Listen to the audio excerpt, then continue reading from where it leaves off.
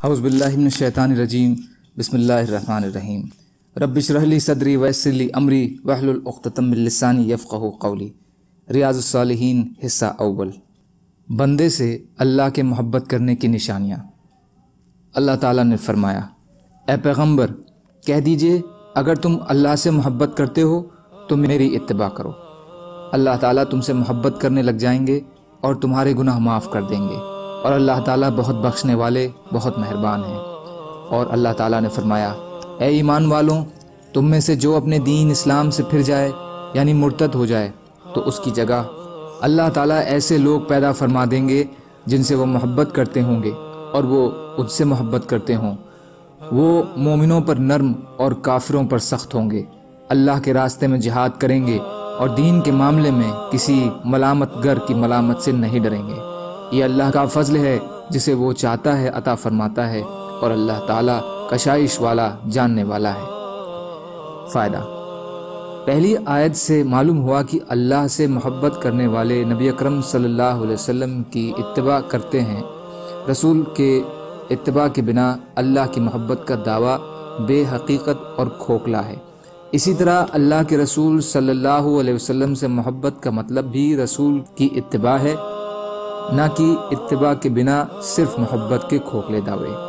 دوسری آیت سے معلوم ہوا کہ جن سے اللہ تعالیٰ محبت فرماتے ہیں یا جو لوگ اللہ سے محبت کرتے ہیں ان کی یہ خاصیت ہوتی ہے کہ جو آیت میں موجود ہے۔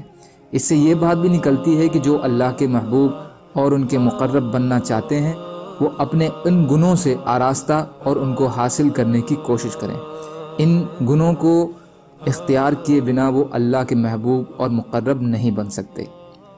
حضرت ابو ہریرہ رضی اللہ تعالی عنہ سے روایت ہے کہ رسول اللہ صلی اللہ علیہ وسلم نے فرمایا، بے شک اللہ تعالیٰ نے فرمایا، جو میرے کسی دوست سے دشمنی کرے یقیناً میرا اس سے اعلان جنگ ہے، اور میرے بندے کا میرے بتائے گئے فرائض کے ذریعے سے میرا قرب حاصل کرنا مجھے باقی تمام چیزوں سے زیادہ محبوب ہے۔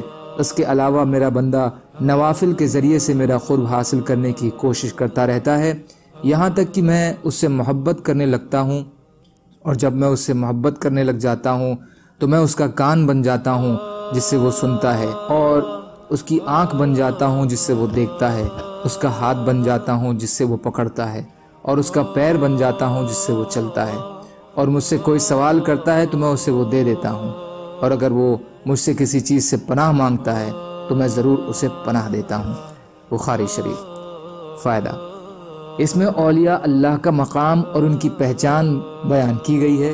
کمال ایمان اور تقوی کا نام ولایت ہے، جیسا کہ قرآن کریم میں اولیاء اللہ کی تعریف ان الفاظوں میں بیان کی گئی ہے، اللہ کے ولی وہ ہیں جو ایماندار اور متقی ہیں۔ سورہ یونس آیت 63۔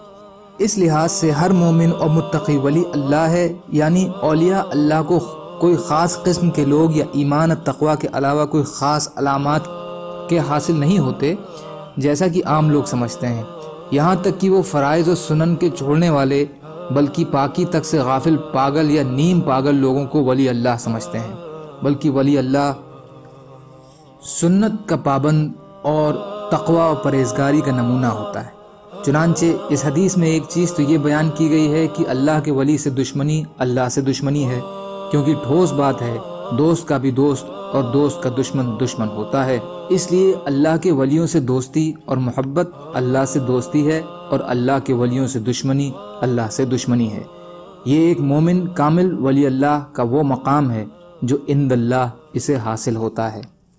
سبحان اللہ و بحمدہ، سبحانک اللہم و بحمدک، اشہد ان لا الہ الا انت، استغفرک و اتوب الیک۔ سبحان ربک رب العزۃ عما یصفون وسلام علی المرسلین والحمد للہ رب العالمین برحمتک یا ارحم الراحمین۔ لا الہ الا اللہ محمد رسول اللہ۔